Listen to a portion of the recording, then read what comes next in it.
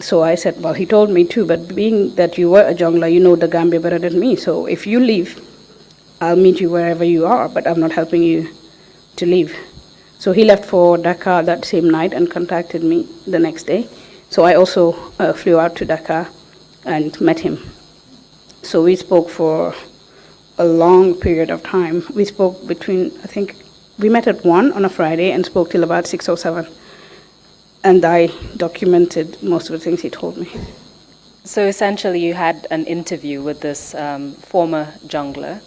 Can you tell us some of the information he provided you, particularly in relation to planned attacks against journalists, as well as actual attacks against journalists? Okay. Well, he confirmed to me on this day that it was the junglers who killed Ada Haidara, that they were instructed by Yahya Jammeh, that he did not speak to Yahya Jammeh, but his boss was speaking to Yahya Jammeh permanently on the phone, that the interior minister at the time, I believe this would have been Usman Sonko, was aware, and that it was orchestrated by the state.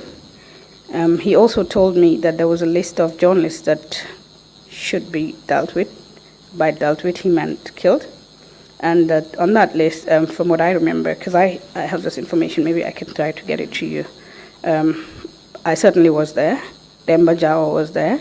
Baba Gale, Data, who was already killed, and some other journalists, but I can send you this list.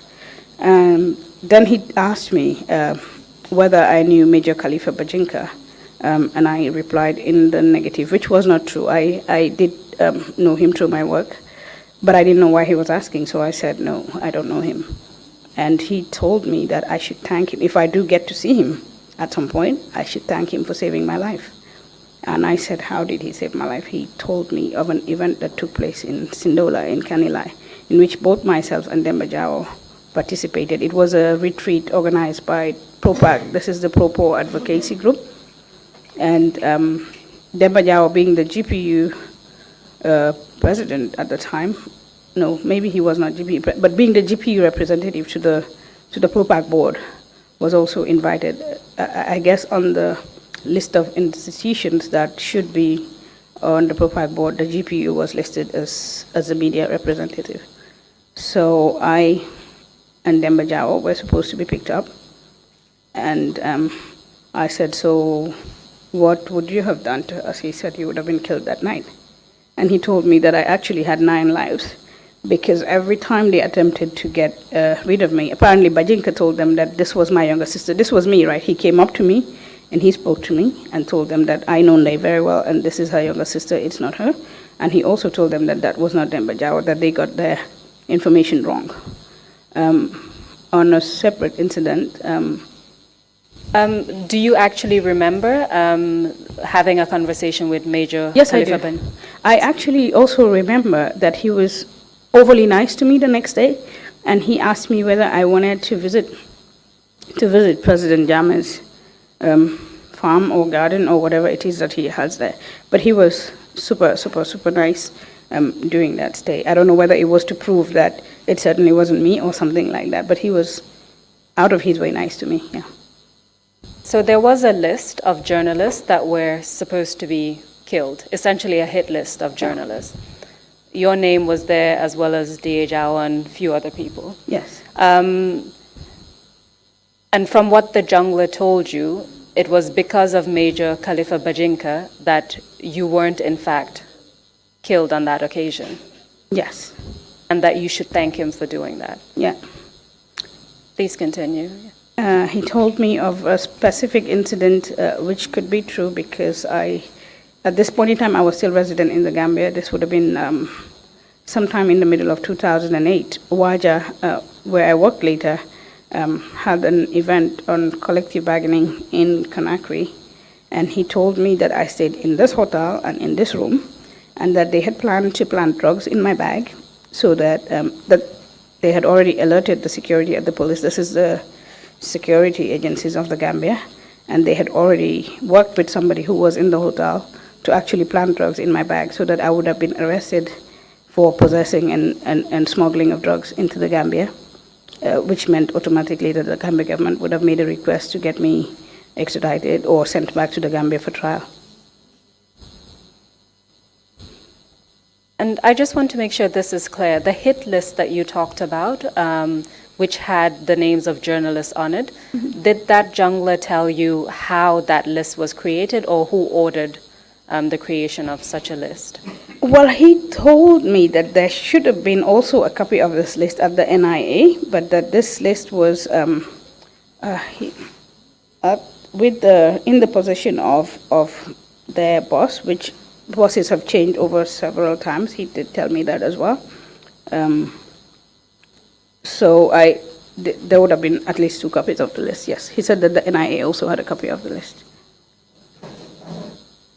I note that you may not want to reveal the name of this jungler that you had an interview with, but for the purposes of the Commission's work, could I ask the usher to bring you a paper so you can write the name, and then that will be available to the Commissioners? Oh, sure, I'd be willing to do that. So the same jungler also tells me that whilst I was still working, at this point in time, the GPU's offices initially, when I became president, were still in Serekunda, near the market, and quite noisy. So we had decided to move to Newtown. And when we did, I knew for a fact that I was being followed all the time. And as I said, I had some element of security training and consciousness by Amnesty. So they had told me that whenever I felt that there was this face that I didn't know but which was familiar in settings that I go to, I should actually just approach the person so that they would have to change the person. Because once you knew or interacted with the person following you, it meant that you could identify the person. So whenever in GPU gatherings or around the GPU, they suddenly had a VU and stuff like that, I would actually just go and talk to them, greet them, how are you, attire kind of thing. But just to make sure that I knew, that they knew that I knew why they were there. So I also had those mechanisms.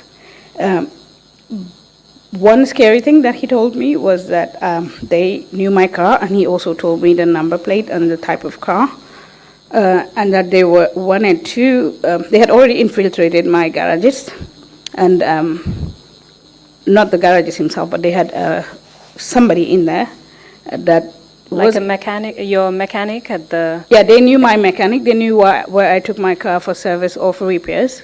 And the infiltration was someone else within that? Yeah, it was someone else, and that they had instructed that the next time my car goes there, they should actually loosen the bolts of the steering wheel so that I would actually lose control. And he confirmed to me that this was actually what they did to my Fati, the current advisor to the president, and that this is why he had an accident.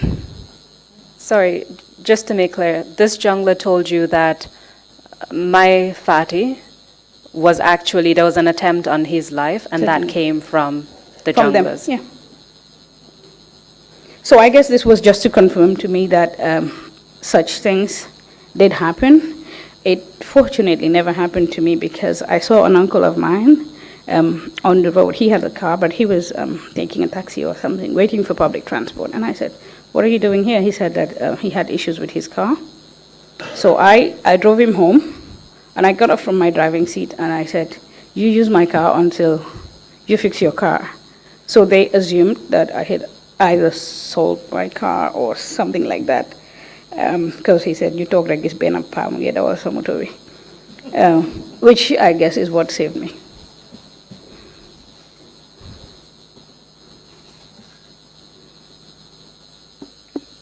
So you've explained quite a number of attempts where the Gambian government targeted you, either to stop you from continuing with your activities, to cause injury and death on different occasions, to extraditing you, attempts to extradite you from other countries.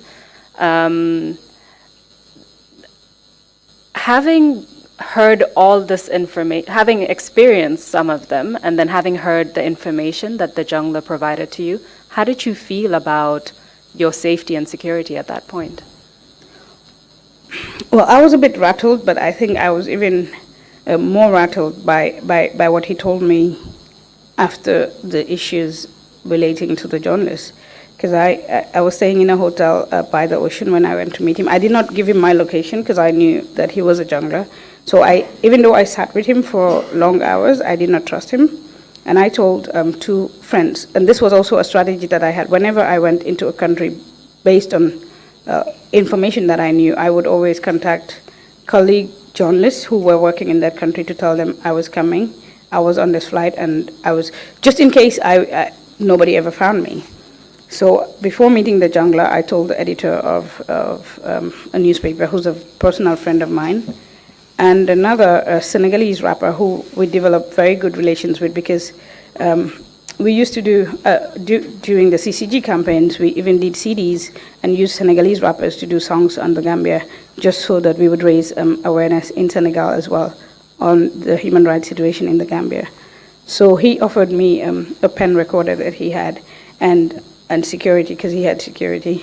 So the security was out, and my journalist friend was supposed to call me every hour just to make sure that it was not a trick to actually get me back to the Gambia, because this had happened before. Attempts to get journalists out of Senegal did happen. Can you tell us a bit about that? What are some of the examples that you recall of attempts to get journalists out of other countries back into the Gambia? Well, there's the case of Yaya Damfa. Yaya was actually arrested in the Gambia with Amnesty International staff. He's the one who reported that Chief Mane was seen in Fatoto and was helping Amnesty International staff on the ground document human rights abuses in the Gambia. So he was arrested alongside two Amnesty staff, one of whom was a U.S. national and the other an American Tanya. The Nigerian British was Ayodele Amin, with whom also I developed a very close working relationship. Because when they were at the police, I was the only one who went in person first to visit them to try to find out why they were arrested. And he asked me to inform some of the authorities, which I did. And so after that, we obviously became friends. And they refused to leave. So long as Yaya was not also released, because based on different interventions, they were actually asked to leave. But they knew that if they left Yaya Damfa there, it could possibly mean that he would be killed or he would disappear like Chief Mane. So they did not leave him there. So they proposed to Yaya to actually move to Senegal and offered some kind of protection mechanism whilst he was waiting for a visa to move to an EU capital. And so on this particular day, I believe Yaya came back from work or somewhere, and when he got into his apartment in Dakar, somebody put a gun to his head and told him to leave. And he was very smart, because I would have tried to possibly move around, but he followed them to the road. And when they asked him to get in the boot of the car, he started calling thief, thief. And so they had to run away and leave him there. So there were all these attempts to actually get journalists from Dakar. I don't know how they intended to get him back to the Gambia, but they also knew all these back routes, or possibly they would have killed and dumped him in Senegal. I really have no clue what their intention was, but I was aware of all these attempts. And given that the jungler said many nice things about Dr. Jana and how he gave them courage to go to the courts and all of that, it could also have meant that Jame could have used them to infiltrate us. So I was quite cautious of my interactions with him. And after this day, I left back to Bamako. But when I went back to the hotel, I was scared. I was scared not only because of what he told me, but because of the different types of methods that he told me that they used to eliminate people. So the first thing that I did was I put on my AC, and then I remembered what he told me, which was quite stupid because they could not have known where I was. But I switched off the AC immediately, and I slept all night like that, because he told me that they had actually the capacity to put cyanide as gas into the AC and kill you in your sleep. So I was really fretting. There's the noise of the palm trees at the hotel, And I was really, this was the first time ever that I freaked out because of Jame, and also because of the other brutalities that he told me. He told me that as a jungler himself, including the execution, if you want to put it that way, of West African nationals, including the 44 Ghanaians, he was there. And in total, he had witnessed almost 100 killings. So this was the first time that I realized, actually, I'm no different from the so-called Jame relatives that were killed. I'm not different from the Ghanaians that he assumed were mercenaries. This is what the jungler told me, that they were in the wrong place at the wrong time, because they were in the Gambia, I believe, on July 21st evening, or they were discovered by security forces on a July 21st evening in a boat, unarmed. So when they were initially arrested and Jame was aware of this, he thought that they were mercenaries who were sent to overthrow him, and they were then taken to the NIA and instructed to execute them. So, and all of them, except for the last batch, because he told me that they were put in different pickups and all of that. But the last batch, by the time they picked them up, and they were all killed in Kanilai, were killed somewhere along Sanyang or another beach, because it was almost daybreak and they did not want to be seen with those individuals. This is why they tried to kill them by the beach, and this is how one of them escaped. So based on the chilling information that he gave me, I actually did realize that possibly I was actually a fool, right, to be taking a stance on somebody who could easily, just because he did not agree with you, decide that you should be killed. The Commission intends to have a hearing on the junglers at some point, but I just wanted to find out from you, what were some of the types or some of the methods that he talked about, the methods they used to actually kill people, kill Gambians? Well, he told me that they used vinegar also as a tool. Vinegar? Yeah. How would they use that? Well, he asked me, do you mind? And he actually touched me here. I guess he was trying to touch my jugular vein or something like that. And he said, actually, this is where we would have injected the vinegar, and within 3 to 6 hours, you would die. I did not know that vinegar kills. And I asked him, I looked at him in the face, and I said, would you have raped me before that? And then he looked down, and he said, no. I said, but I know that rape was a tool, so if you rape older women, why would you not rape me? And he did not. He didn't say anything, but I guess he was uncomfortable. So I apologized to him, and I said, okay, you could tell me other things. Don't worry, this is not personal. So we continued our conversation. He told me, when he described how they killed the Ghanaians on the beach, I just freaked out, because they used machetes, they used nails. The ones who were killed in Kanilai possibly had an easier fate, because most of them were shot. And he told me of this young man who begged them, and he said, I have money, you can take my money and just let me go. And they took his money and they still killed him. So it was just scary. He told me about the ACs, he told me about the cars that were fiddled with, and he actually did say to me, you would not believe that there are some Gambians who died, and people actually believe it is a natural death, and it was us. And he told me that they had training from an Italian, that they had training from Libyans, that they had training from, I believe, Turkish. And he actually gave me some pictures of their training ground. And he told me that they used live ammunition when they were being trained. I said, why? He said this was to increase your level of courage.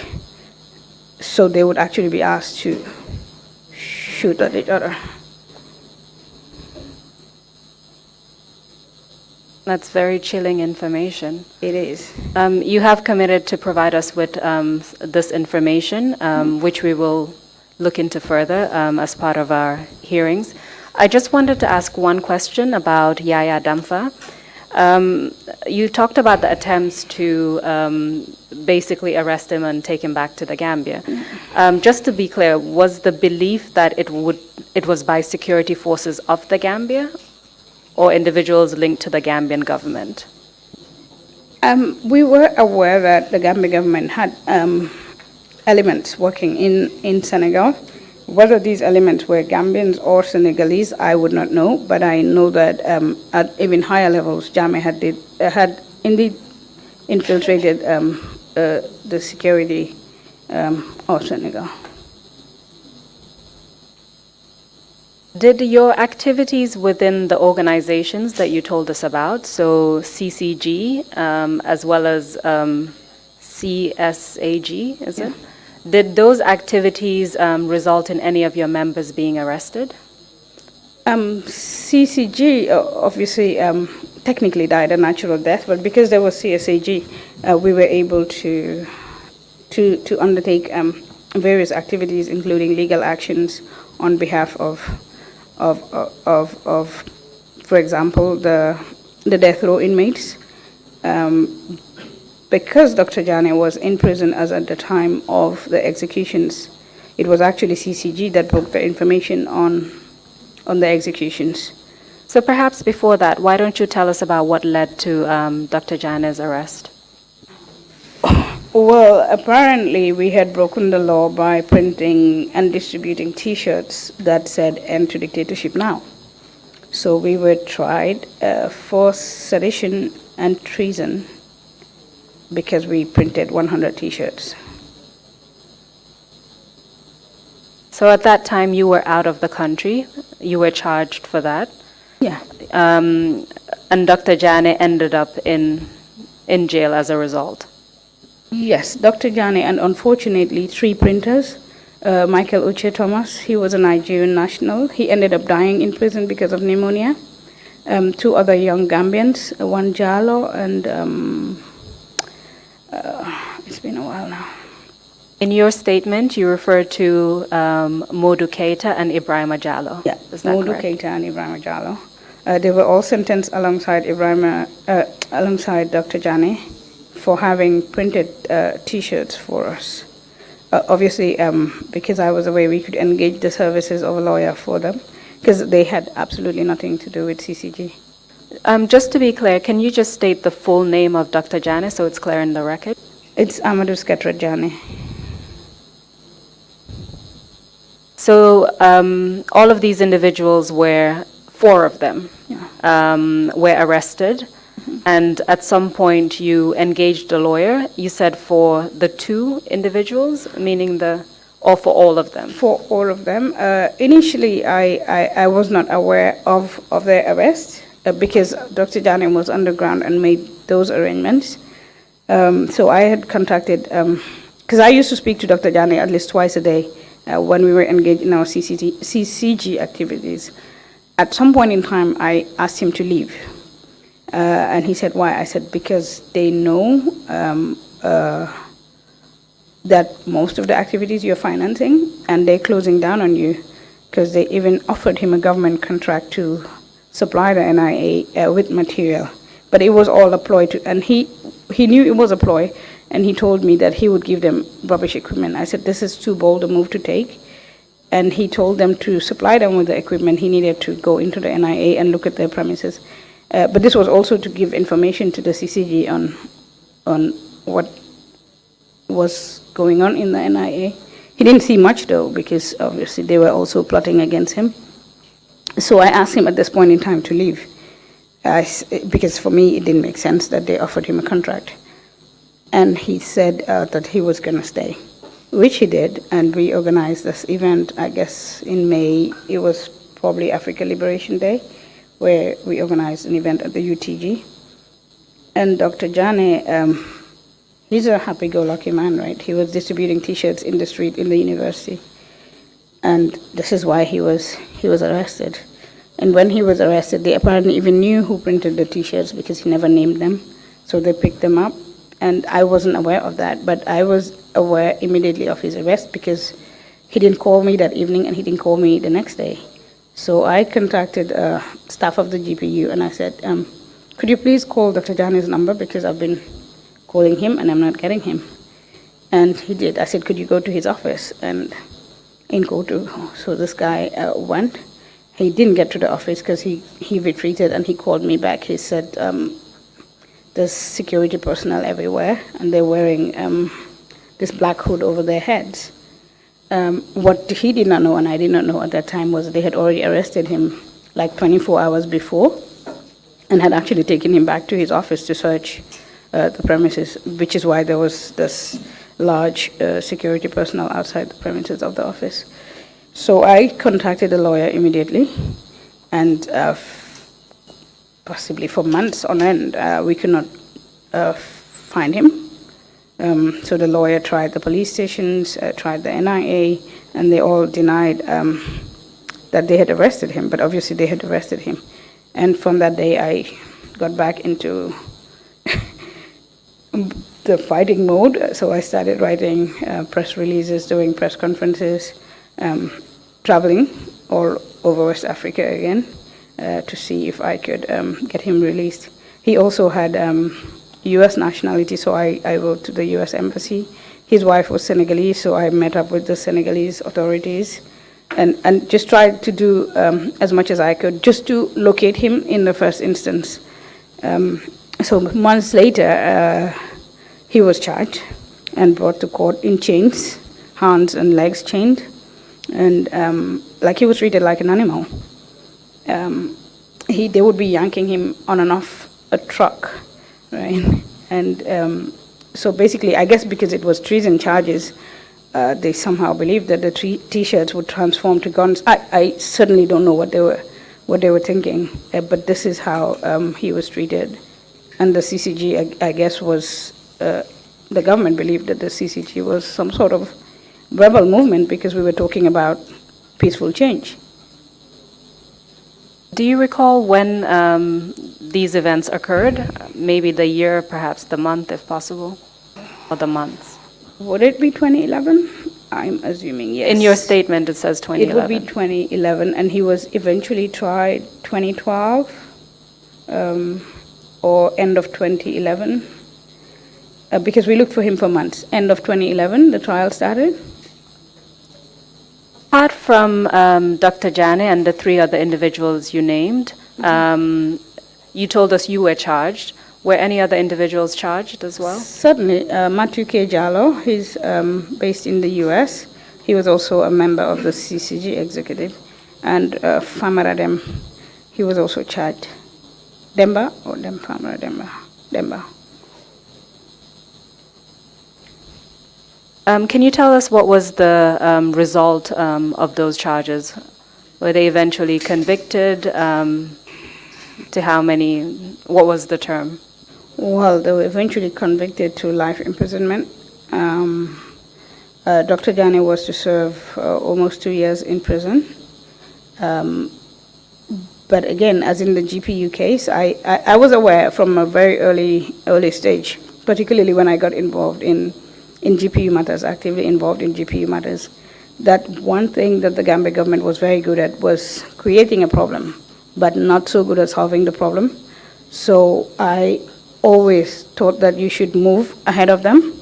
And this is why whenever I was informed of an arrest, and this is way back even before I left the Gambia, the first thing I would do is go to the police or get a lawyer and start granting interviews. Because that meant the person could not disappear, which happened in some cases. And it also meant that the government knew that everybody was watching. And this was, again, the strategy that I employed with Dr. Jana, and I made sure that I met as many leaders in the region as possible. So Dr. Jana, you said, was convicted. Yes. You said his prison term was for how long? He had a life imprisonment. Life imprisonment. Yeah. Was there a remark by the judge of that case regarding his imprisonment?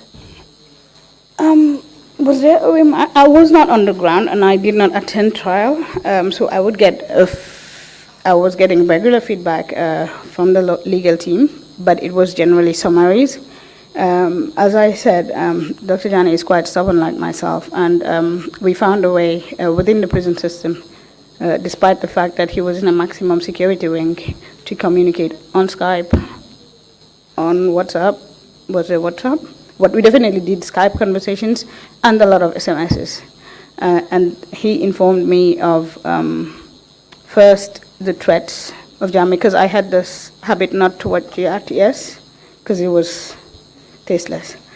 So I only watched GRTS when somebody asked me to watch because there was a particular program that they thought I would be interested in. But GRTS was not on my menu for programs to watch. In your statement, it states that the judge, Emmanuel Neka, stated that he would have preferred to give Jana a death sentence had it been permitted on the Gambian law. Do you recall that? Yes, he did, because we had this also in a PR. You're right, he did. Because the CCG issued press releases every time that Dr. Jana went to court, talking about the state of detention, the inhumane and degrading manner in which he was treated, and even the manner that the trial judges comported themselves, yes. So this would have been a direct quote from the trial judge, yeah. So you told us that Dr. Jana was sentenced to life imprisonment.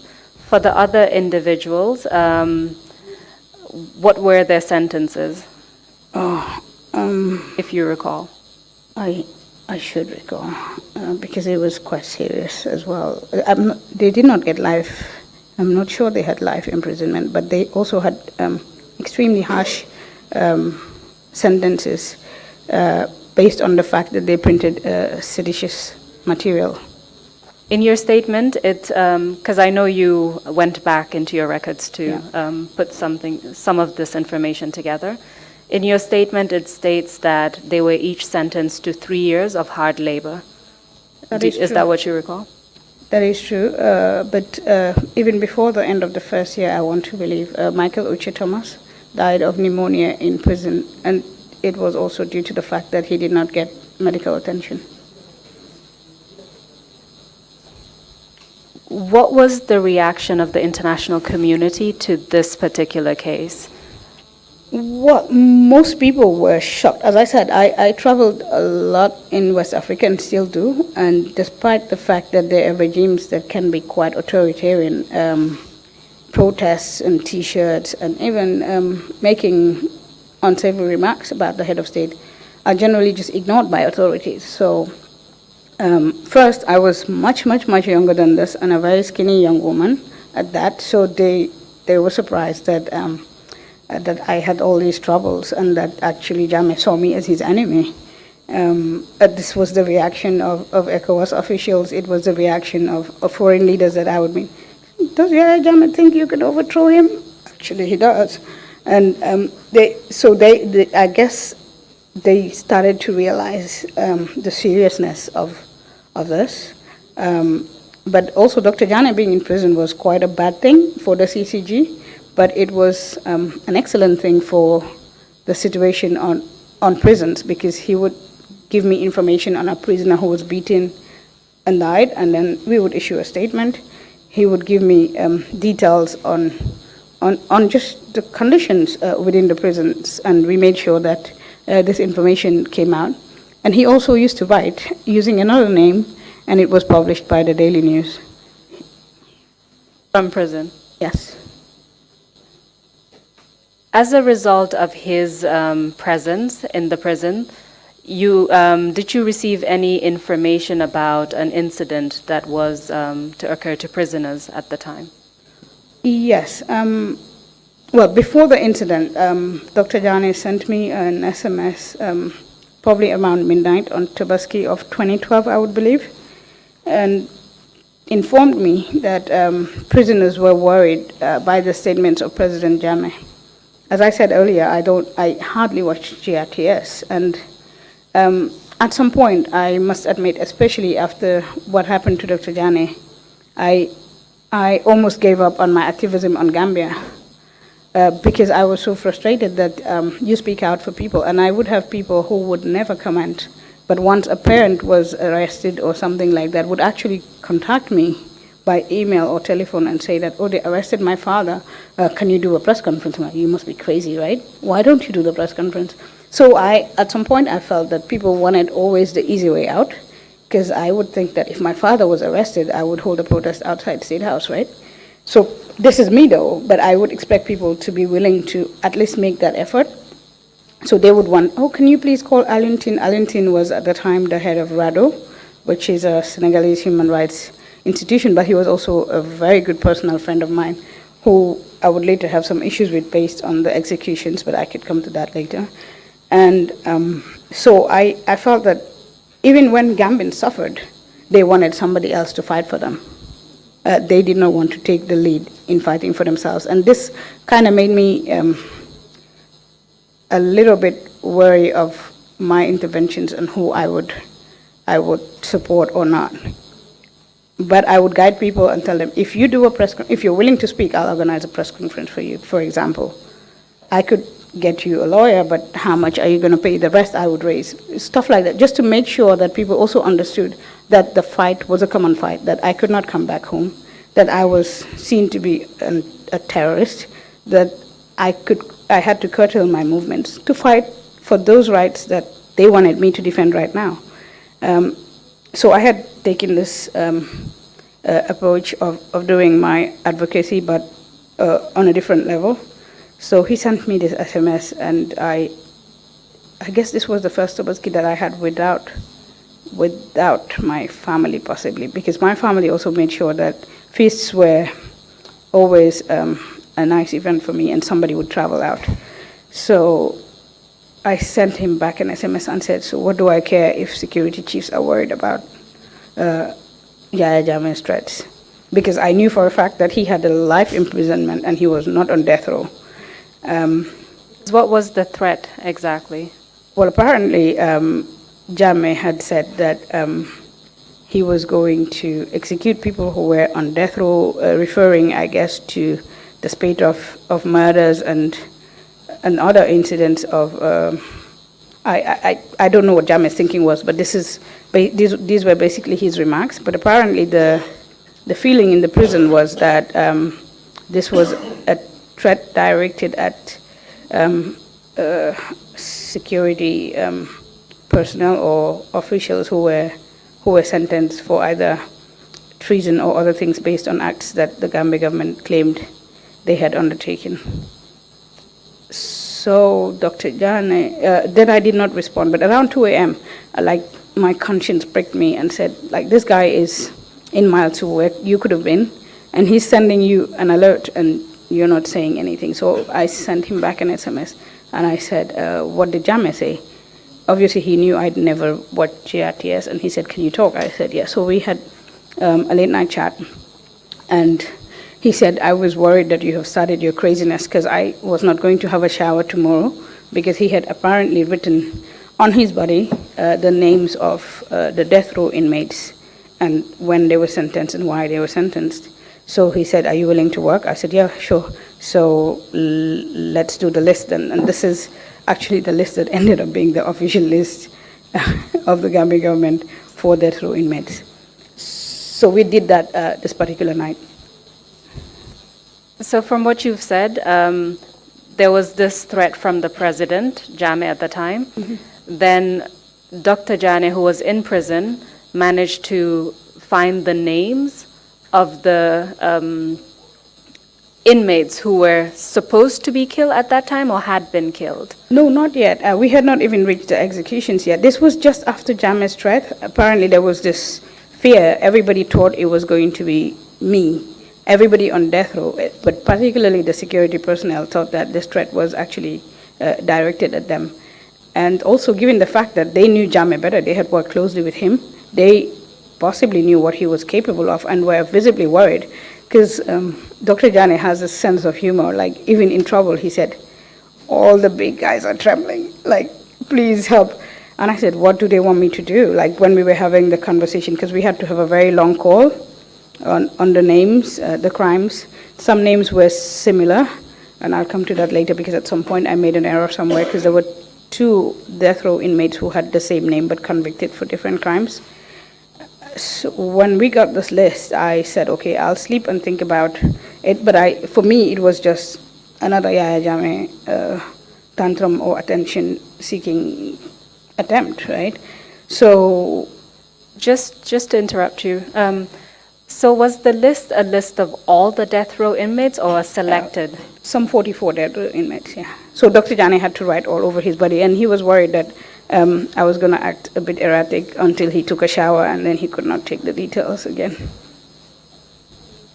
You actually provided us with a list of the death row inmates, so I will just provide a copy to the commissioners while I ask the usher to bring a copy to you. Okay.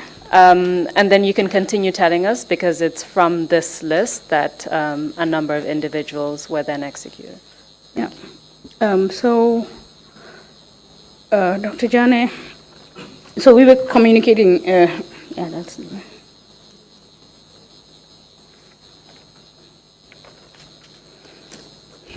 Yeah. Do you recognize it? Is it that list that you provided to us? Yes, on this, it's on a CSAG letterhead, but I will explain how this came about. Initially, it was just a plain list. So I was thinking of how to deal with emotions of people in prison, because Jammeh had actually not acted on his threat. And sometimes I would communicate regularly with Dr. Jana, and sometimes we would go for days without communicating because of some prison searches. So when there was a search, he would have to give up his phone and stuff like that. So when the executions took place, he sent me an SMS maybe around 5 a.m. or 6 a.m. To tell me initially that 8 people were executed, but that it included one Dabo. And I sent a message and I said, how do you know Dabo was involved? He said, well, actually, when they were taking him away, he said that at some point they had told them that there was a lockdown and that there was going to be a search, but nothing happened. And then when they went to sleep, they just heard cars come into the prison and a lot of noise. So doors were opened, and this Dabo was adjacent to him, one, but also Dabo called out and said, Dr. Jana, they're taking us to kill us. Please tell your friend that they're taking us to kill us. So he, at this point in time, he knew that Dabo was involved, and he knew also from prisoners who cooked in their kitchen somewhere, which is apparently from his description in the yard, that they saw 8 body bags and that there was blood. So certainly that these were the people who were taken out. So, but it was not yet daylight, and this day they were not, I guess, taken out of their cells. But he could count some, and he was chatting with a neighbor.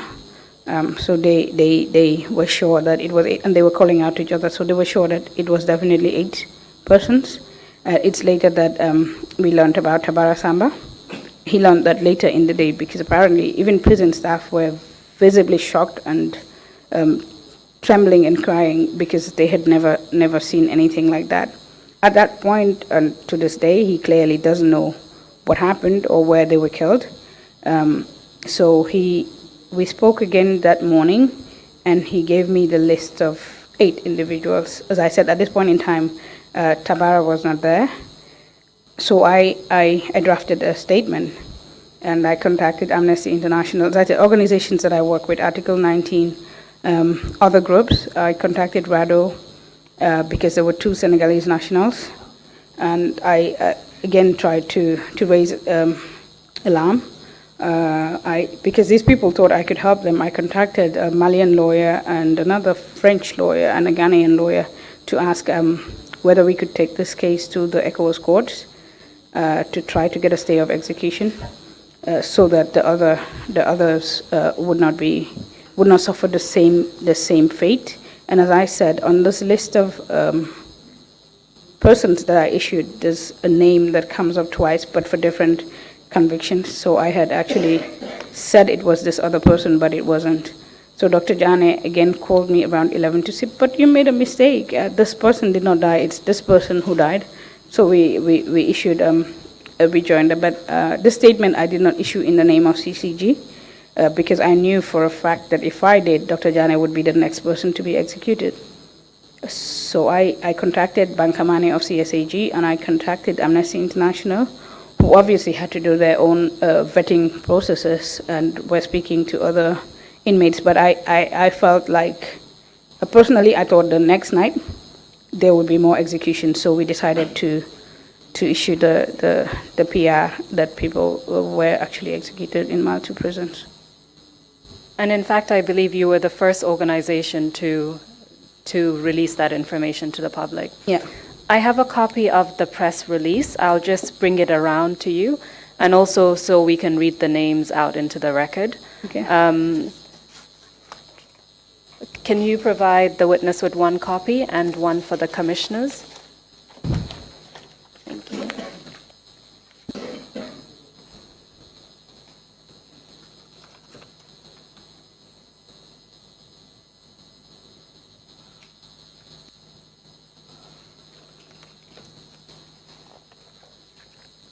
So for the record, it is a press release from the Civil Society Associations Gambia.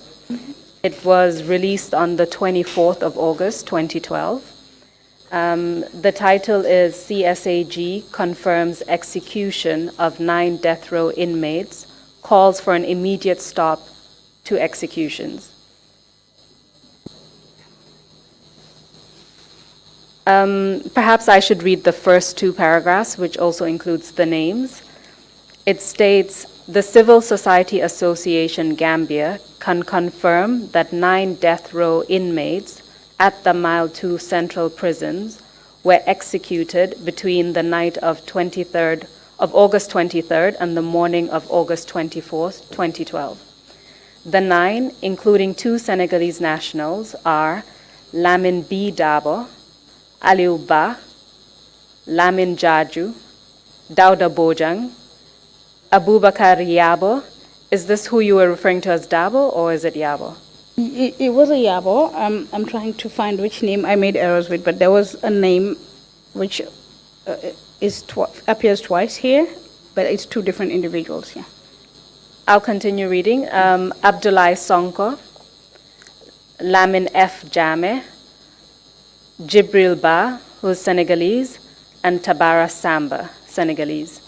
And it states here that she was female, meaning the only woman out of the 9 inmates. Is that correct? Yes. The press release goes on to state, it is still unclear exactly which location the executions took place in and what method of execution was used. What is, however, clear is that inmates were rounded up at 9:30 p.m. Thursday, August 23rd, and that by the morning of August 24th, the bodies were actually lying in the Mile 2 prison yard. It is also confirmed that the families of the death row inmates are yet to be contacted. And the press release goes on.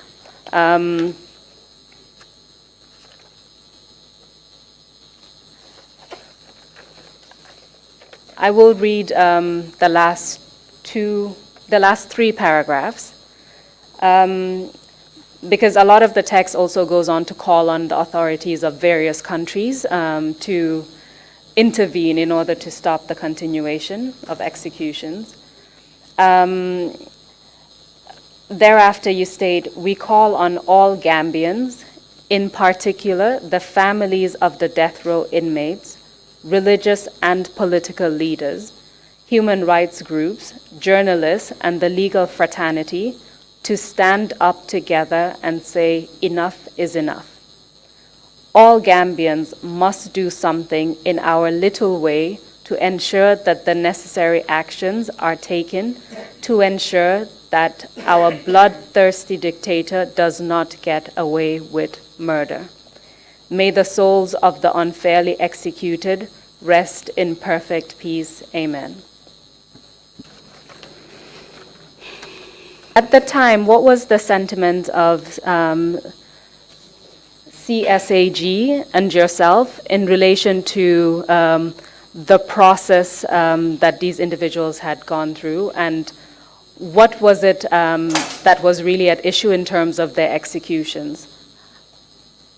Well, for us, as I said, at this point in time, we could not really be meeting as a group, but on a personal level, that the president threatens to execute is not an instruction to execute, one, and that executions should go through normally a procedure.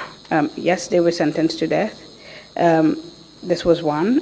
Secondly, that the Gambia had a moratorium on the death penalty, I believe, from the 80s. So even to invoke that would have meant at least some procedure, which never took place. That when death row inmates are executed, the very minimum decency requires that their family members be involved in this process.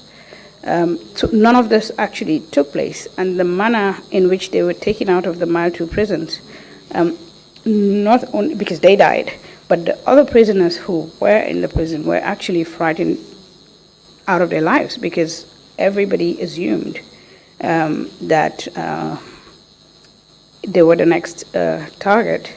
And as I said, Dr. Jana has this humor that is infectious, and he would tell me, "Oh, I'm a king today. I did not even have to queue to go to the toilet because they had to queue because they all wanted me to contact you so bad." So they actually were so nice to him because and facilitating in some instances our communication, because they felt at this point in time we were the only group that could help them. So they would tell him to call, they gave numbers of their family members, they gave numbers of their lawyers. Initially, when he contacted me on Tobaski night, somewhere, even though they were scared, they told him that they did not want to anger the former president by getting me involved. So they would talk to their lawyers. So they were not a part of the group that we were supposed to. He gave me the entire list, but some people had reservations as to receiving support from CCG, CSAG. But when the executions happened, everybody on the list gave a contact number of either a family member or a lawyer, all of whom I contacted on this day. And as I said, I had meetings one-to-one and phone calls with lawyers across the sub-region to see how we could take the case to ECOWAS within that week, just to ensure that no more executions took place, which is basically what we did. And what happened as a result of that?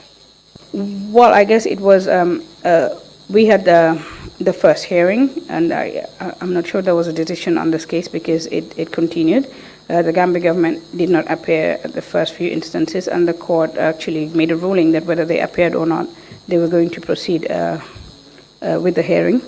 I was, now I'm losing the legal terms because I was dealing with French lawyers.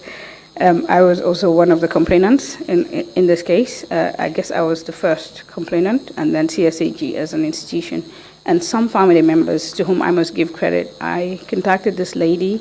Her name is Linda. I guess her husband was a soldier, and when I told her that we wanted to take the case, she just said, "Yes, I'm in." I said, "I would need your personal details, and you may have to appear as a witness at the ECOWAS court." And she said, "Yes, I am willing." And I thought that was a rare act of bravery, given her background and the fact that she was living in the country. And we communicated. We had some resistance from some of their lawyers, because I don't know for what reason, because some of the lawyers were on this pro bono, some were paid, but mostly we just made arrangements for their trips to Abuja and accommodation. So people were actually willing to come on board. When we issued the statement, the Senegalese government sent a delegation to the Gambia. They had a meeting with the former president. Senegalese human rights groups were represented, and President Jammeh told them that no executions took place. And I remember they did like a media interview or a press conference after this meeting with the president. And as I said, a human rights activist friend of mine was a part of this delegation, and I said, "Did you really believe that?" He said, "But why would he lie?" I said, "If you said something and your president said something, I probably would believe you, right? I know for a fact that these killings took place. And later, when Amnesty and others all issued statements, the Gambia government actually confirmed that the executions did take place, but that they did not take place, that they actually took place 2 days after the date that we said. But it was quite weird because they actually did confirm the same people that we said were killed, which was rather foolish, because why would you kill the same persons that I accused you of killing if you did not kill them the day that I said you killed them? But the good thing for us was that the government actually, because the international outcry was enormous, and at some point they had to come out.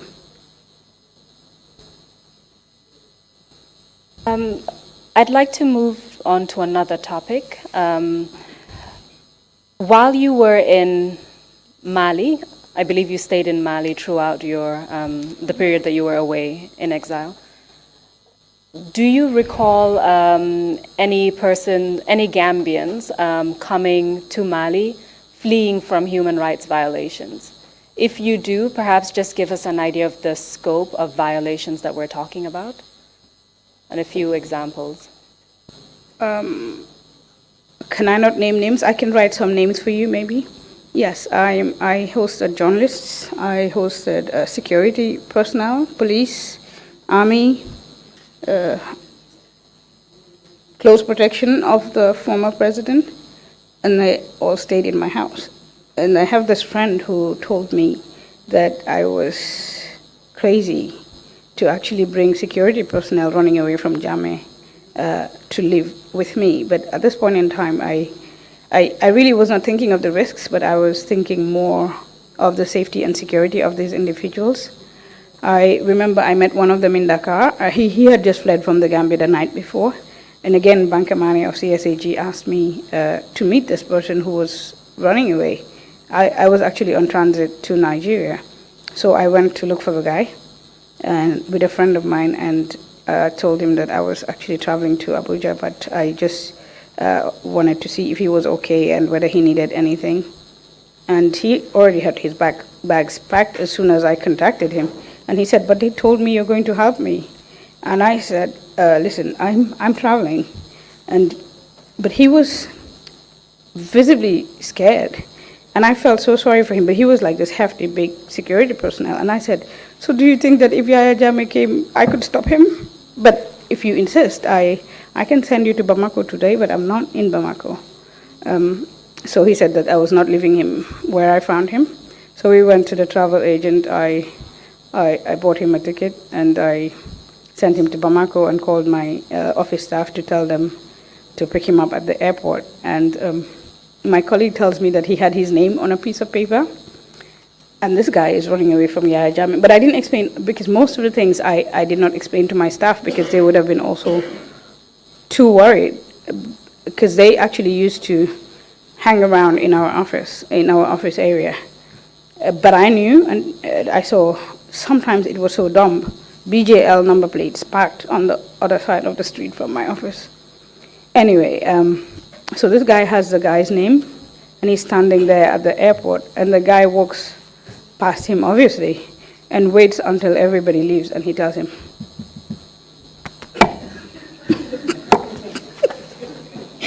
because he was so scared that he was followed from the car, and interactions with these people would actually later make me discover that, because I had no close contact per se with Jammeh and his close circuit, I had the free mind to move around, and some of these people were actually so paranoid, so paranoid that if I don't see them for days, eventually they would move out. I would, for the journalists, we had this package in my office which did not exist, but we managed to find funding to have a safe house for journalists running away. So for journalists, it was easy for me to justify using the office budget to support them. But for security personnel, it had to be a personal matter. Some of them did not want to go to the UNHCR.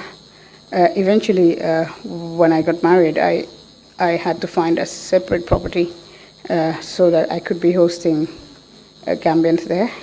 We also had a restaurant where they used to work to at least do something, because it would have been quite weird to just have strangers living in one compound and nobody going out.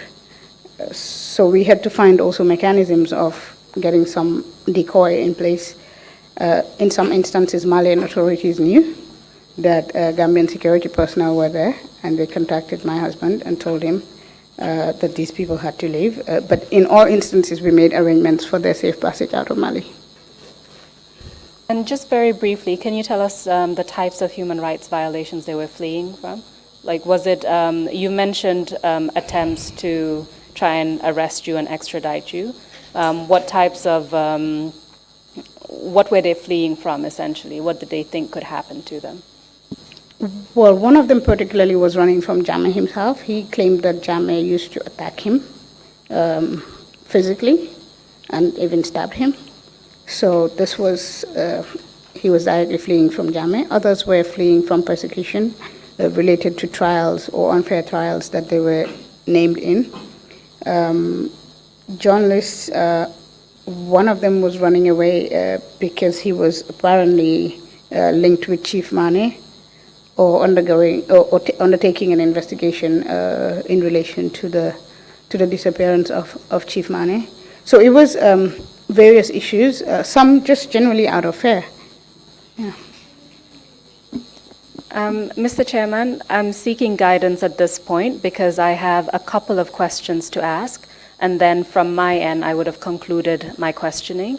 So if we go over for a few minutes, that would allow us to actually conclude with the witness, if that's agreeable to the commissioners.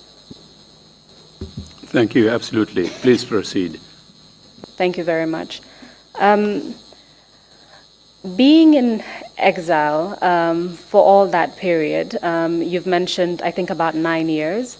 You've talked about the attempts to basically get at you in one way or another. You've talked about engaging in activities in the Gambia, being away from your family, helping other people who were fleeing, getting engaged essentially in the struggles of others. What impact did these experiences in total have on you and your family?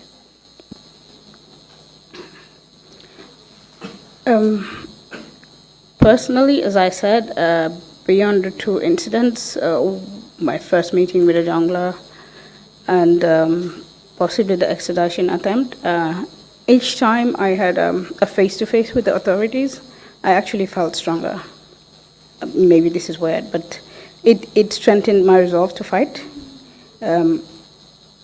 My family, I'm extremely lucky. My family supported me through thick and thin. I never had any pressure to stop the kind of work that I was doing or stop involvement in anything under Gambia. Instead, they actually tried to make my life in exile as comfortable as possible. All my family members visited me, grandparents, nieces, nephews, siblings, my mom, my aunties, each and every feast, beyond one or two exceptions. I had a family member with me. We would meet up in Senegal. If I told them I had meetings in Senegal, which would last for a few days, somebody would come up. My mom spent long periods of time with me in Bamako and would generally only come back if she had events or family matters to attend to. So all in all, and I had very good friends along the way, Malian friends, senior government officials. I have a Malian mother, I have a Malian husband. So technically it was difficult for me, but at the same time it was a lot easier for me than many of other people who had to be in exile. I was also lucky that I had a job with a regional organization, so finances certainly wasn't a problem. I ended up spending all my money fighting Jammeh, and eventually when I got married, all my husband's money fighting Jammeh, because I would be literally begging him to pay for legal fees of people that he did not even know. But for me, it was necessary. my family were affected in a way, but nobody ever showed me that they were worried or they were scared. And my mom, I could tell sometimes when I spoke to her on the phone, she would say, especially when we discovered that they were listening to conversations that I had with my family. So she would say, well, everybody knows that my child is not a criminal. The big criminal is here, and everyone. She never said names, but she would sometimes make references like that. I had a grandmother who's here. She's still around, who would always introduce herself as the grandmother of Native Asose, just to make sure that she made a statement. One of my aunties told me that what bothered her most was that people didn't want to say my name, including some extended family. They would tell her, like, she also deliberately made sure that publicly or wherever she would link her association proudly. So I believe that I'm one of those lucky few who had no pressures, despite what they were facing underground as well, so that I wouldn't quit. They did not want me to quit. I have a fighting family as well. One issue that I would like you to address, and perhaps it's better for you to address that in your closing remarks. It's on recommendations that you would have in relation to the media sector. But one question I have for you before I close is, being in exile sometimes has certain repercussions or difficulties. And I understand that you are involved in a particular situation where someone who was in exile was denied return, in terms of the family was denied access to the person's body in order to bury them in Gambia. Can you tell us about that? I want to believe this would be Kukoy Sambasanyang. We talked about extraditions, and he was one of the persons who actually was also extradited from Senegal to Mali. I did not know him before, and growing up as a child, Kukoy Sambasanyang was like this big name. So when I was contacted by colleagues in Dakar, I was not in Mali at the time, and I told them that I was somewhere, either in Nairobi or somewhere, and that when I came back, I would try to reach out to him. I forgot completely, and then weeks later, he was given my number by someone, and he did call me, and I apologized for not reaching out and told him that I would go and see him. But he said no, that he was going to come. I should tell him where I was. So I said, don't worry, I'll send you my driver, and he'll bring you to my office, which the driver did. I also had a very, very lengthy conversation with him. I was pleasantly surprised that he did not look like a monster, because this is the image that I had in my head. He was quite soft-spoken, and he told me also of attempts to his life. He told me about the situation that led to his extradition, that he came with little or no belongings, and that he was only sent to Mali because in the middle of the airport he started screaming that I am Kukoy Sambasanyang. He has a different name on his travel documents, but he kept screaming in the middle of Dakar airport that he is Kukoy Sambasanyang, and that they're trying to send him back to the Gambia. So eventually he was put on a KQ flight, I guess, or Ethiopian flight to Bamako, and dropped off at the airport. But at this point in time, he did not tell me that he needed medicines. He did tell me that he was taking medicines because he was poisoned, apparently by Jana operatives, and that they had on several occasions tried to kill him, and even to get him back to the Gambia from Guinea-Bissau. He named some senior security official who went to Bissau and actually even got him on a plane. But I have another journalist friend who also confirmed this, Alan Yerumbalo. He's a Guinea-Bissau journalist, and he used to be my board chair at some point, who told me that when he was informed, he's the one who actually alerted their authorities as to the dangers linked to Kukoy's extradition, and they got him off the plane. So we had this wide-ranging conversation on meetings that he had with Jame, and how Jame told him one day in Kanilai that if you tried to do to me what you did to Jawara, I would drink tea from your skull. So we had this long conversation, and he was also pleasantly surprised that there were young Gambian women who were willing to sacrifice their comfort and all of that just to fight. This was the only time that we met, unfortunately, because I do travel a lot.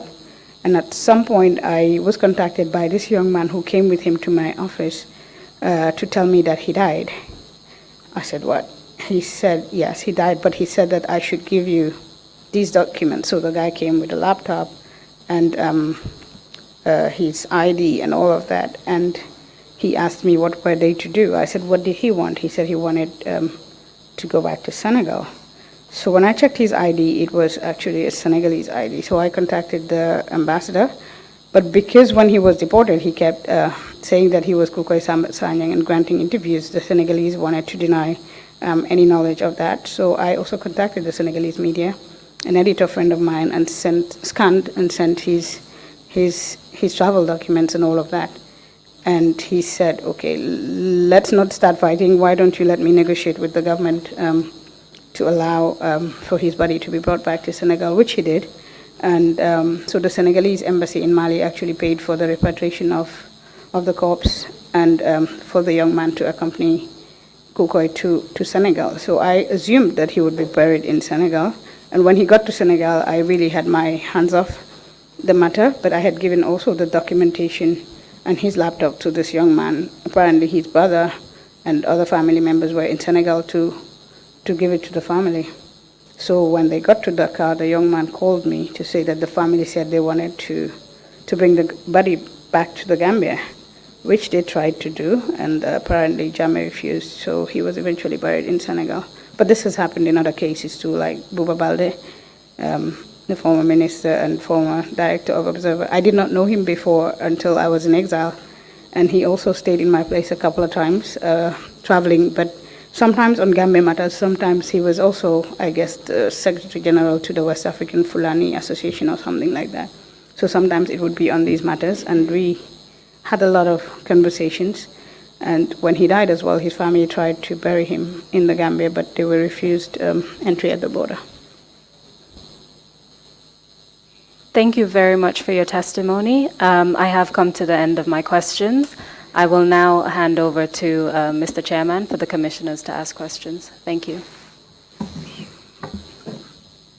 Thank you very much indeed, Council, and thank you, Mrs. Sose, for a very detailed testimony. And some elements of that were quite chilling. But you're a survivor and a very brave lady as well. Thank you so much, Emma, for your testimony. Just have one quick clarification I want to seek from you. And tell me if what I scribbled, I got it wrong. It's a quote, I think, that I'm ascribing to you. You said in a general remark, quote, this is what I scribbled, Gambians want somebody to fight for them, even though they were the ones being attacked or threatened. If it is a wrong thing that I'm quoting you on that, I just want you to contextualize that. If what you're saying is something that can be applied to the entire 22-year period of the Jammeh regime, or if it was just an isolated context that you talked about, we wanting somebody to fight our fight instead of doing it. I assume there would be a unique exception to that group, and that is the journalists, because what we've been hearing these past 2 days, they are a brave bunch of people who did not give up. That was one word that I get away from yesterday's sermon testimony, and even today, is that almost every single one of them is described as being stubborn. So I guess some of those stubborn guys were very brave, and they fought indeed. Now you can either answer the question for me now, or if you want to put it in the general context of your concluding remarks, I leave it to you to see what you would want to do. Then, if you want to answer the question now, fine. If not, I would ask the commissioners to. I'll answer one aspect of it, and the other part leave for my closing remarks. As to the quote, those were my exact words. And to put this in context, as you say, the media aside, I've had the opportunity to interact with Gambians from different walks of life, security forces, the legal field, family members of victims. And at each point, they were more than willing to let you take the lead and stay behind the scenes because they felt this was the comfortable position to be in. And I think, as I said, much of the part of the beginning of the Jammeh regime, I was still a much younger person. But if I have to have a review of why all this happened, it would actually also be the attitude of Gambians. The regime was brutal, it was authoritarian. Jammeh certainly was a lunatic. But the fact that I've met Gambians who have had their husbands arrested, for example, and who were scared to go and visit them. And I have asked women, I said, what message do you think you're sending to your kids? Even if you're arrested, it's a good thing because you stand in solidarity with your husband. And this would tell your daughter that she must stand in solidarity with her brother or later her husband. So I think part of it was complacence and the willingness to stay comfortable, which is really not true, right? I had this attitude, and I still have this attitude, that whether you speak or not, Jammeh would attack you. Whether you support him or not, he would attack you. And whether you oppose him or not, he would attack you. And I would rather belong to Group 3 at any point in time and remain in that position at any point in time in my life, I guess. Thank you very much indeed, my commissioners. If you have any questions, please indicate. Commissioner Jones, you have the floor.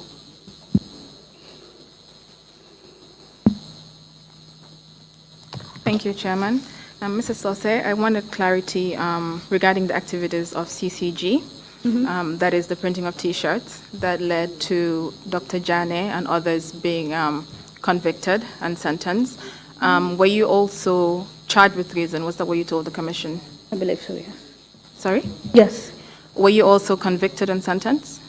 No, from some legal explanation, apparently I had to face trial or something like that. I don't know why I was not convicted.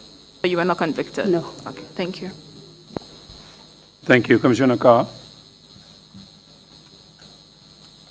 Thank you, Chairman. The first question I have is, you mentioned that you had a meeting with the National Security Council following Deda's killing. Did that change anything in regard to the issues that you spoke to them about?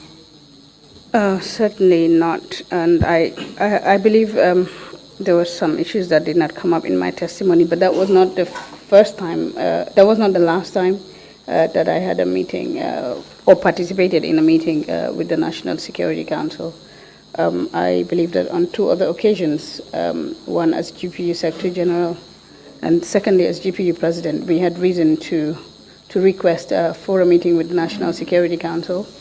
And the last one was actually, for me, a defining moment because of the tone of other actors. As I said, in the first meeting, I made friends after that meeting. This is where I met Dr. Jana. This is where I met a current senior Army official, all of whom thought that what the GPU did was not only brave, but the right thing to do.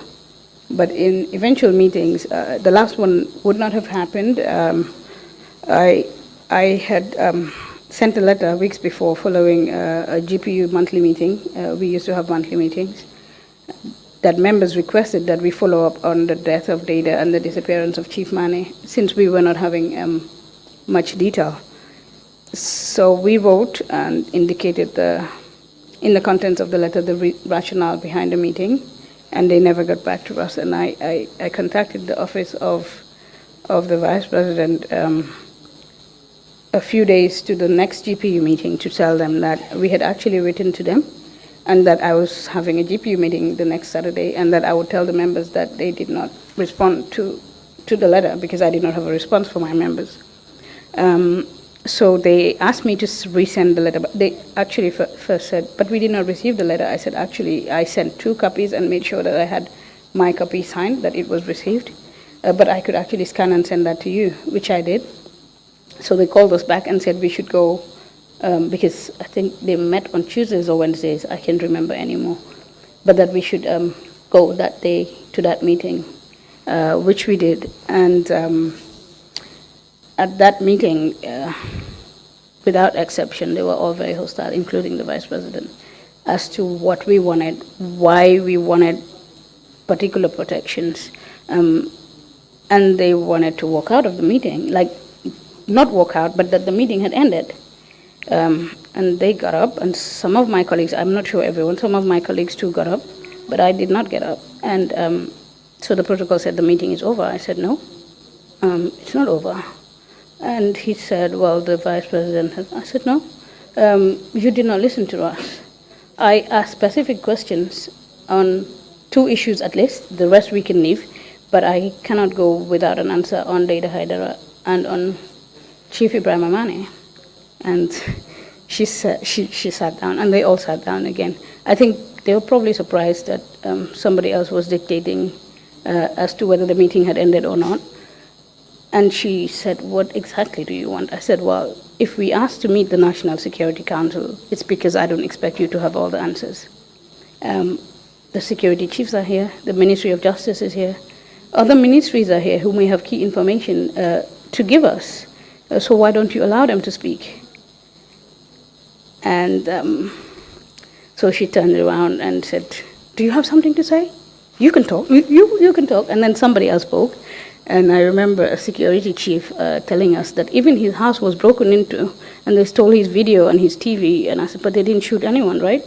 And so why don't you tell us the concrete steps that were taken? They never did, so it was a whole rigmarole. But I guess from this meeting, I had another phone call. Well, I told my mom this day that I was going to be the subject of serious state scrutiny because of what I did. And then a protocol officer later told me, you are the first person in the history of the Gambia to restart a meeting of the National Security Council. And this was the case. I was followed closely after this meeting. Apparently, the president was aware. I don't know whether the meetings were recorded or not, but he was apparently very, very upset that I had the, I guess for him it was audacity, to ask again and make his security chiefs and vice president sit down again after they had declared the meeting closed. So they called me. On this day I was traveling. I was at the Banjul International Airport, and I was told that the president wanted to meet me. So I asked this person, is he meeting me alone? And he said, yes. I said, well, I'm at the airport, and I'm boarding a plane, so it has to be another day. And he said, I said the president wants to meet you. I said, I just told you I'm traveling. We can reschedule it for another day, but it can't be today. So they never invited me again. I don't know why. Thank you, Commissioner Imam Jallo. Sorry, I'm not. Oh, sorry. I have further questions. All right, thank you. The second is, you were president of the GPU when you were in exile. I'd like to know how that affected your work with Gambian journalists on some of the issues that were of importance to the executive. Well, I guess when I was offered this appointment, I discussed it again with the GPU. I was actually proposed for this position by the former GPU president, Madi Cisse, who was at the time a board member of WAJA. Actually, what happened was that when I became GPU president, I was normally supposed to be in the WAJA board, but we had proposed as GPU that any GPU executive member that was serving in a board would actually sit and wait out for the term of that board before the new executive would take on us. Obviously, they would have to give a report and all of that. And in my view as president, a former GPU president and an acting GPU president, or a current GPU president does not really make much difference if we served on boards. So this was applicable inside and outside the country. So Madi had proposed my name and asked that I send my CV, and this is how I was selected for this position. So we had this conversation within the executive, and I had discussed it with senior members, as I said, Samsa, Uncle Swaibu, all of whom thought that possibly it was a good idea. It would give Gambian media also a platform to discuss our issues at a regional level. And obviously at that time there was internet, we could do Skype, we could do all of that. So it was not a problem. And Waja had agreed that every quarter I could come back to the union, because Waja is actually an association of journalist unions. So they know how it is important to have an effective union on the ground. Unfortunately, I never did the fourth quarter. I went the end of April 2009 and found myself an exilee a few weeks later. So I never had to use that option of coming back every quarter. Final question. And this is also related to the extradition that you spoke about. From what I implied from your testimony, it prevented you from going to other countries, and that also affected your work. I'd like to know if that is the case and how. Thank you. Technically, yes, because I could not come to the Gambia, even though I was overseeing activities linked to Waja on the Gambia.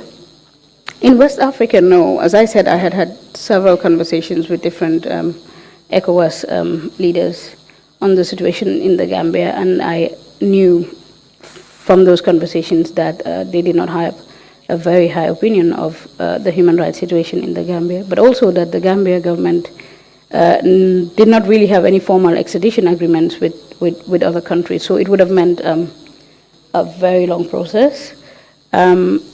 Whilst I was doing this, I was also on the boards of other international organizations, so it did affect, as I said, I was the treasurer of the Federation of African Journalists for almost 6 years, and I'm a board member of the All African Human Rights Defenders Network as the focal point for African journalists. So some of the activities, depending on where they were going, I could not partake in, so in that regard, but all of my colleagues across the board were aware of what was happening in the Gambia, and would sometimes also, like we had meetings in Sudan, obviously I did not go. In Addis, I was wary, but I participated in meetings in Addis, but I made sure that I minimized my presence, or just made my statements and then left. So to some extent, yes, but across the board I had colleagues who were concerned and who understood. And generally, part of the work we did was also on the protection of journalists and human rights defenders. So they knew some of the mechanisms that dictatorial governments use to silence people, and would not have asked me to step down because I could not effectively function due to activities influenced by the state. Thank you. Merci beaucoup. Sorry, thank you very much, Madam. Imam, you have the floor, please. Mrs. Sose, Yes. I first of all congratulate you for your bravery and for being the voice of the voiceless, and being also the voice of the voices that have remained silent for a long time in this country because of fear.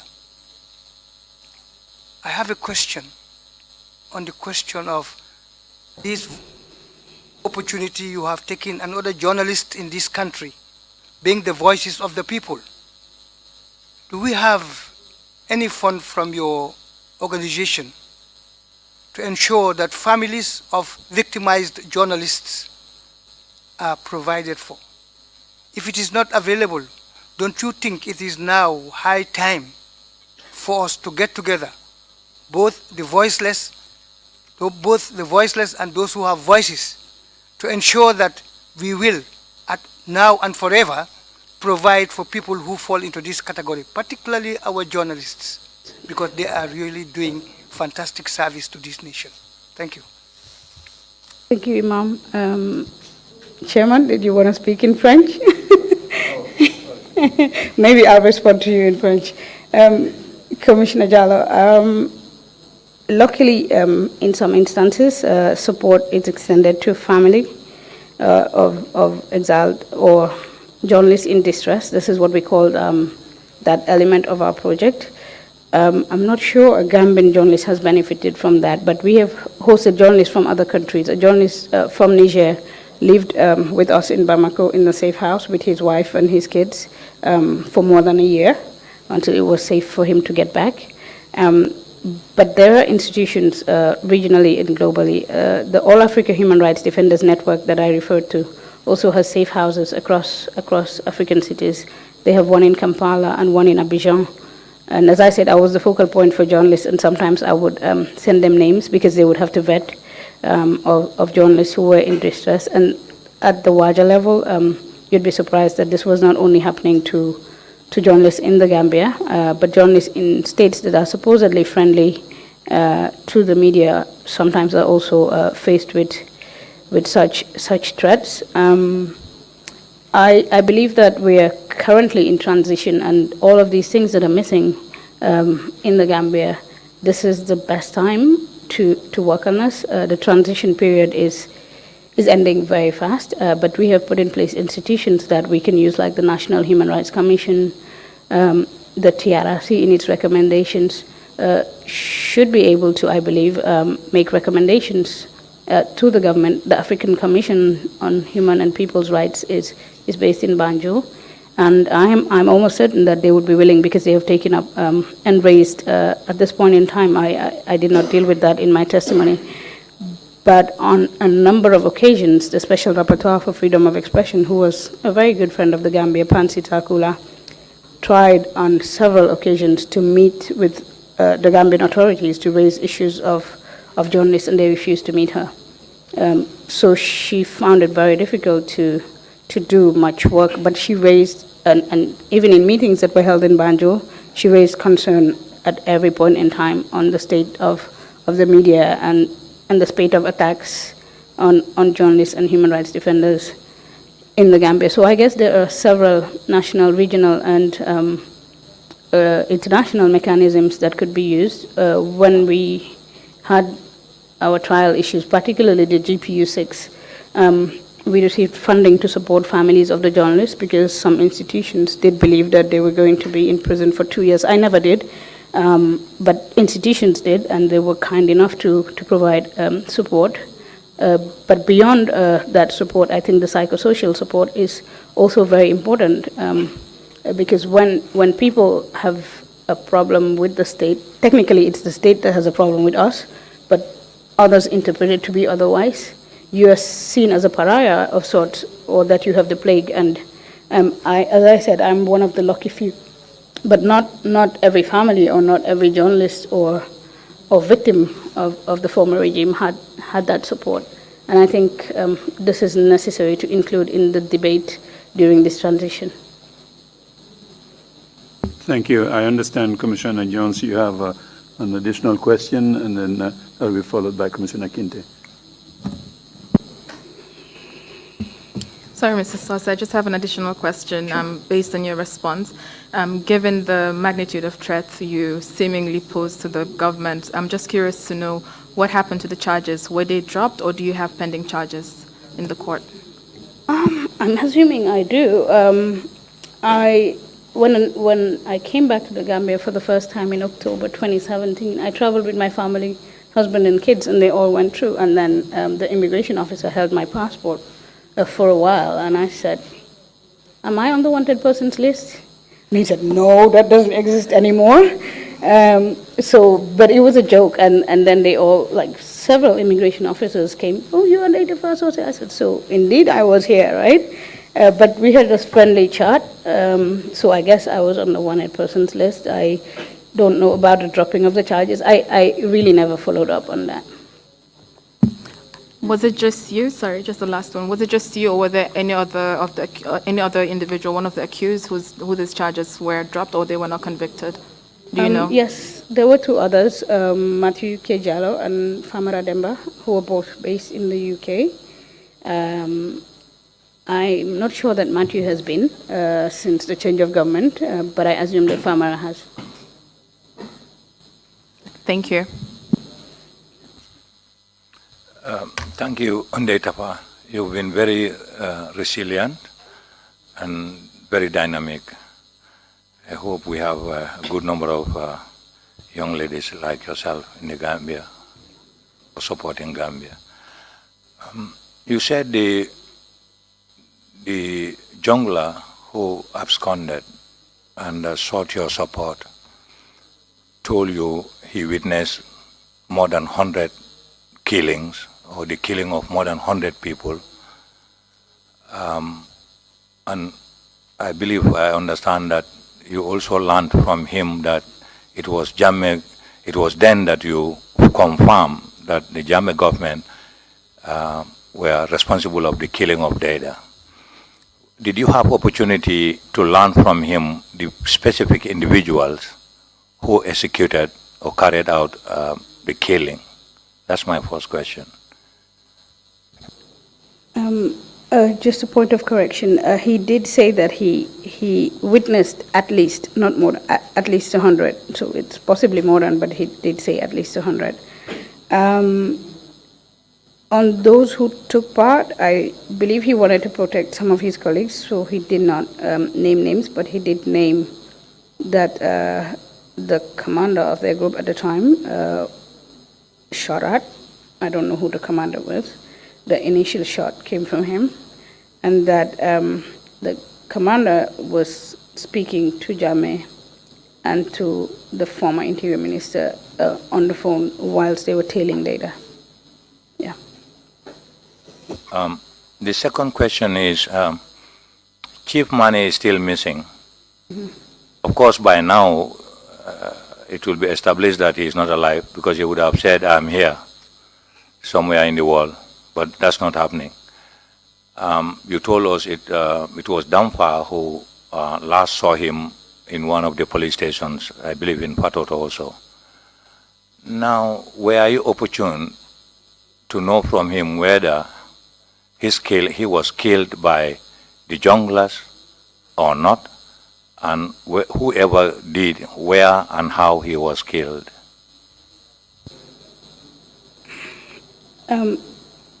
He did confirm that Chief Mane was no longer alive, but that the intention apparently was not to kill him, that he was over-tortured, if you want to put it that way, and buried somewhere near a police station or behind a police station. This interview took place sometime in 2012, so some of the elements, including locations, have sort of escaped me, but as I said, I have minutes of that meeting, handwritten notes, which I could make available to the Commission if need be. Please, and are you confirming the very station that Dampa last saw him was where he was tortured to death and buried around there, or another police station? I believe it was a different police station. I believe that he was moved when he saw Yaya Dampa. So you don't still know which police station? Yeah, I saw him in Fatoto, but I don't know near which police station he was buried now. Thank you very much. You may now proceed with your concluding remarks, Mrs. Sose. Okay. Thank you, Mr. Chairman. I did not prepare anything, but I thought I would use this opportunity, first of all, because I have not met or had not met some of my colleagues who had to undergo undue and unnecessary trauma because of actions that I decided to embark on. And I think this would be a perfect opportunity to say sorry to them.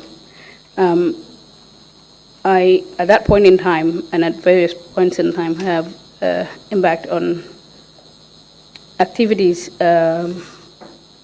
geared at possibly alleviating their suffering or that of their families, but that does not in any way mean that they did not suffer. People suffered, and some people suffered because of actions that I decided to take, but I do not regret those actions. If we had to go back, I would take each and every decision that I took at that point in time. Having said that, I congratulate the TRRC. I watch you from Bamako. It's after watching some of the episodes, I take a break, and I think that all of you are much more courageous than me to have to listen to the chilling details that come out in some of the testimonies. I do look forward to other sessions, but particularly to your report and recommendations that would come out of this report that would ensure that the Never Again campaign would mean never again. As some of my colleagues attested to, some of the criteria, if you want to put it that way, that allowed this to happen still exists. And I think the TRRC is one mechanism that we can use to ensure that some of the changes that we need, institutional changes, I know that you have different units, but even behavior change communications is key to the success of the TRRC, and I see some of the activities that you go about doing, particularly on sensitization, and this touches on issues that I have campaigned on and worked on over the past 10 years, particularly freedom of information and freedom of expression. Both of these are fundamental human rights, and we cannot get them wrong. And I believe this is the right moment to work on this. I must commend the Freedom of Information Coalition for having submitted a draft act or piece of legislation to the Ministry of Justice. As I said, access to information is not only a fundamental human right, it is key to making decisions. And so long as we don't have the right information at the right time and the relevant quality of information, we would continue making uninformed decisions. We would believe we're making decisions, but they would not be informed. So this is one thing that I hope would come out of the TRRC recommendations, but possibly before that, maybe the Gambia government would act on that. Another issue is freedom of expression. Free expression, I believe, is seen here as a journalist matter. It's not a media matter. It's everybody's business. And obviously the media being at the center of information processing are seen to be the advocates for free expression. But free expression is also key to development. It's key to the success of every government, because I use Senegal always as an example of a bedrock of democracy. When you listen to the news in Senegal, you think that it's going to go up in flames tomorrow. It's not. It's because people have a platform to express their fears, their concerns, to lambast if there is a need, because sometimes that's how the information should come out. And because I've traveled a lot across Africa, all the African countries that are developing at a much faster pace, it's also linked to freedom of expression. It enables the government understand the concerns of the people. It enables decision makers understand what is needed, when and where. And so long as we don't get this ingredient right in our process to transition and to heal and to reconcile, we're going to get the whole arithmetic wrong. It also leads to tolerance. There's one major concern that I have, which I discuss with political leaders particularly, and I've had the privilege, because I guess I was seen to be a Jama resistor, to have befriended all the leaders of all the parties. And this is the message that I have said to each and every one of them that I have a relationship with. It's divergent view. That I disagree with you does not mean we cannot be friends. I have a right to have a divergent view, and you have a responsibility to tolerate my divergent view. And this, I believe, still does not exist. People have to succumb or agree with or to a particular agenda to be seen to be patriotic. And this word has been misconstrued over the years to mean love for the government. It's not. It's love for one's country. That you are running the government or running the country does not mean in any way that you love the Gambia more than me. I love it equally. That's why when I see something going wrong, I have an obligation to tell you, hey, look out. We may sink, because if it sinks, we all do. So I think patriotism, tolerance are words that are key to your Never Again campaign. Another message for my colleagues in the media and possibly civil society is solidarity and unity, networking possibly. I believe that without these three, I would not have been able to register so-called successes. In my view, it was not successful. That colleagues went to prison, that people were exiled, mean for me that I was not as successful as I wanted to be.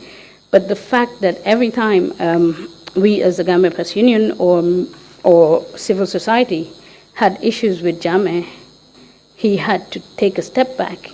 It was because of the magnitude of the solidarity inside and outside the country, of the unity amongst us and within our networks globally. I see that because of the transition and because of some of the so-called freedoms that we have, people tend to forget about the importance of that. But we are still living in a country where the same old media laws, the same old criminal code exists. I happen to know that work is being done because I was co-chair of the Media Law Review Committee under the Ministry of Information, but the committee has submitted a report. Other members of the committee are here more than 1 year ago, and nothing has been done. So these are all things that we should be seeing journalists talk about, the media interested in, because once the transition period disappears, many of the things are going to stay. And it means never again may not really be never again, I'm afraid. So there are so many other issues that I would want to raise, but since these are my closing remarks, Mr. Chair, and we're supposed to go on break, I would once again thank the Commission for having invited me or coerced me into appearing, because I was not intending to. I just wanted to make a written statement, but I am glad that we did and that we were able to talk on particular issues that I felt were not coming out, particularly the issue of citizenship came up, but refusal of one's national documents is also as scary as being told that you're non-Gambian. The issue of extradition, the issue of refusal to bury one's loved ones in their country of origin. I hope that other testimonies will touch on several issues that I did not talk about. I think this is also the right platform to thank the GPU, to thank the Gambian Media Fraternity, to thank particularly Article 19, Amnesty, well, the list goes on, all the international media organizations and friends of the media globally who made sure that we were able to stay strong and united. Thank you. Thank you very much indeed, and we're the ones who should be appreciative and grateful that you accepted to come and testify on very short notice. Again, a million thanks to you. Council, before we take a 1 hour break, are you entering any documents now, or you want to do that at the beginning of the next session? I would have liked to do it now, but because of the time, I think it's best to do it after the lunch break. It's only 4 documents. You may proceed now. Let's do it, 1-2 minutes only. So all I would do is just, I must say, accepted, accepted, accepted, accepted. So I've done it 4 times, that's enough then. I'll still read it into the record. Please go ahead. The statement issued by GPU in response to the President's statements on Data Haidara would be Exhibit 0057. The list of the death row inmates would be 0058. list of the CSAG's press release regarding the executions at Mile 2, the death row inmates, would be 0059. And the name that Mrs. Sose provided of the jungler that she interviewed would be 0060. I request for all these documents to be admitted into the record. Thank you, Counsel. Request granted, and we come back at 3:30. It's now 2:20. We have an hour and 10 minutes break. So see you all at 3:30. Meeting is adjourned. Thank you. Thank you, sir.